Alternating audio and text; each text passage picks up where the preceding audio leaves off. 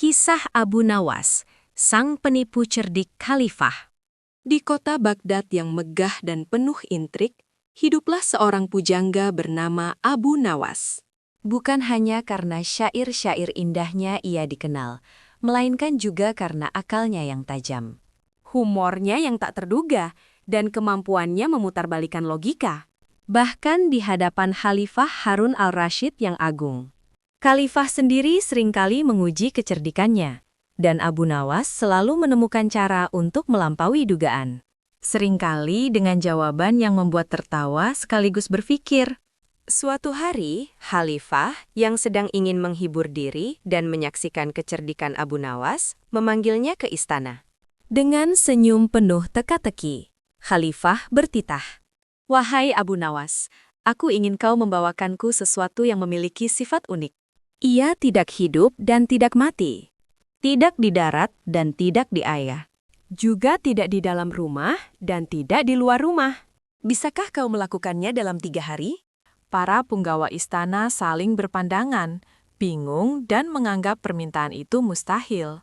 Namun, Abu Nawas hanya mengangguk, terdiam sejenak, lalu memohon diri. 3 hari berlalu, dan pikiran Abu Nawas terus bekerja keras, mencari celah dalam teka-teki rumit itu. Ia menjelajahi asa, duduk di tepi sungai, bahkan mengamati kebun istana, mencari inspirasi. Banyak orang mengira ia akan menyerah kali ini. Namun, pada hari yang ditentukan, Abu Nawas kembali ke hadapan Khalifah. Bukan dengan hewan aneh atau benda sihir, melainkan dengan sebuah keranjang kecil yang tertutup. Semua mata tertuju padanya, menanti dengan penasaran. Di hadapan Khalifah yang tak sabar, Abu Nawas dengan perlahan membuka keranjang itu. Di dalamnya, tergeletaklah seekor siput kebun, yang bergerak sangat lambat dan seolah tak peduli dengan keramaian di sekitarnya. "Inilah yang Paduka minta," ujar Abu Nawas dengan senyum tipis. Khalifah mengernyit dahi. Matanya menunjukkan kebingungan. "Siput? Bagaimana bisa?" Abu Nawas lantas menjelaskan dengan tenang. "Hamba mohon Paduka perhatikan. Siput ini, ketika ia bersembunyi di dalam cangkangnya, ia tidak sepenuhnya hidup dalam arti bergerak aktif. Namun, ia juga belum mati. Ia dapat ditemukan di antara darat dan air, seringkali di tanah yang lembab.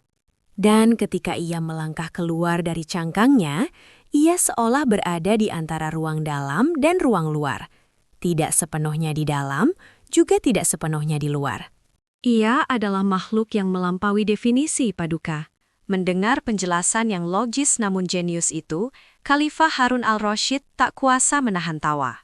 Ia kagum akan kecerdikan Abu Nawas yang selalu berhasil menemukan jawaban di luar nalar kebanyakan orang. Sejak saat itu, reputasi Abu Nawas sebagai seorang jenius yang nyentrik semakin melegenda. Mengukir namanya dalam sejarah sebagai sosok yang tak pernah kehabisan akal untuk menghadapi setiap tantangan.